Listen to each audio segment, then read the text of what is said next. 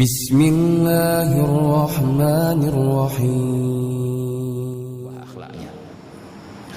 Kemudian dalam hadis setelahnya daripada Ibnu Abbas radhiyallahu taala anhu, beliau mengatakan, kana Rasulullah sallallahu alaihi wasallam ajwadan nas bil khair. Itu Rasulullah sallallahu alaihi wasallam orang yang paling pemurah dalam kebaikan. Itu tidak ada orang yang lebih pemurah dari Rasulullah sallallahu alaihi wasallam. Beliau tidak pernah mengatakan tidak kepada orang yang meminta kepada beliau. Ya, kalau kita bacakan hadis, titik terus orang yang alaki kepada Rasulullah sallallahu alaihi wasallam, beliau tidak pernah mengatakan tidak. Tetap beliau akan membantunya. Tetapi dalam masalah ghanimah tu Rasulullah mendapatkan 1/5 dari ghanimah. Tetapi rumah beliau itu pernah tidak berasap. Tetapi Rasulullah sallallahu alaihi wasallam meninggal, itu beliau mantangna jaminan baju besinya di tempat orang Yahudi, karena Rasulullah sallallahu alaihi wasallam gemutang gandum bak orang Yahudi. Padahal Rasulullah sallallahu alaihi wasallam orang yang paling ahli harta. Tetapi setiap datang kepada beliau orang yang meminta, beliau tidak pernah mengatakan tidak. Maka Ibnu Abbas mengatakan Rasulullah sallallahu alaihi wasallam la ajwadan nas, orang yang paling pemurah. Kemudian beliau mengatakan wa kana ajwada ma yakun fi Ramadan. Itu bertambah lagi sifat pemurah Rasulullah sallallahu alaihi wasallam ketika masuknya bulan Ramadan. Karena bulan kebaikan, bulan yang Allah Subhanahu wa taala lipatkan ganda kebaikan dalamnya.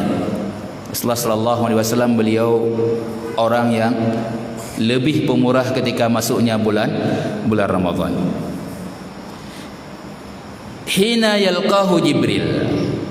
Itu ketika Rasulullah sallallahu alaihi wasallam bertemu dengan Jibril.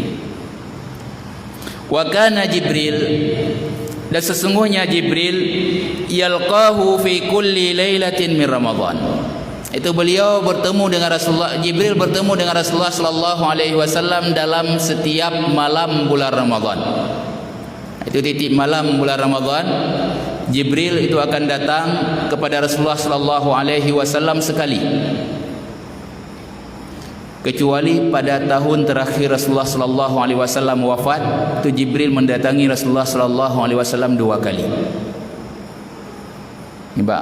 Biasa Jibril datang kepada Rasulullah itu satu kali pada tahun wafatnya Rasulullah. Dalam hadis Muslim, dalam riwayat Muslim juga daripada Ibnu Abbas, itu menyebutkan Jibril datang kepada Rasulullah sallallahu alaihi wasallam 2 kali. Yu'radu alaihi Rasulullah sallallahu alaihi wasallam Al-Quran. Itu Jibril datang kepada Rasulullah sallallahu alaihi wasallam di malam bulan Ramadan itu untuk mengajarinya Al-Quran. Rasulullah sallallahu alaihi wasallam setiap Ramadan itu mengkhatamkan Al-Quran bersama Jibril. Maka ini yang diambil oleh para ulama kita, setiap datangnya bulan Ramadan itu mereka tidak menyibukkan diri mereka kecuali dengan Al-Quran.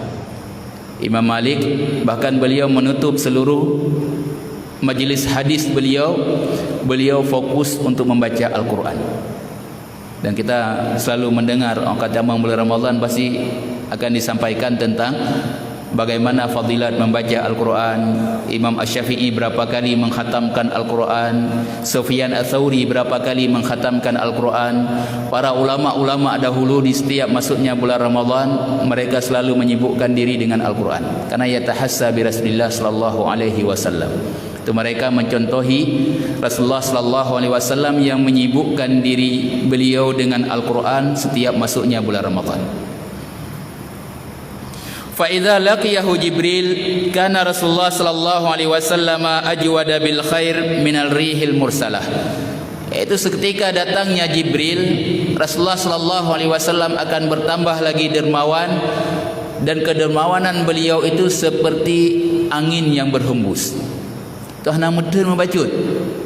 Mereka ditamang bulan bulan Ramadan. Itu para ulama kita mengatakan karena Rasulullah sallallahu alaihi wasallam kembali mempelajari Al-Qur'an dan Allah Subhanahu wa taala memerintahkan dalam Al-Qur'an untuk menginfakkan harta di jalan Allah Subhanahu wa taala. Ini yang membuat Rasulullah sallallahu alaihi wasallam bertambah sifat dermawan beliau ketika masuknya bulan Ramadan.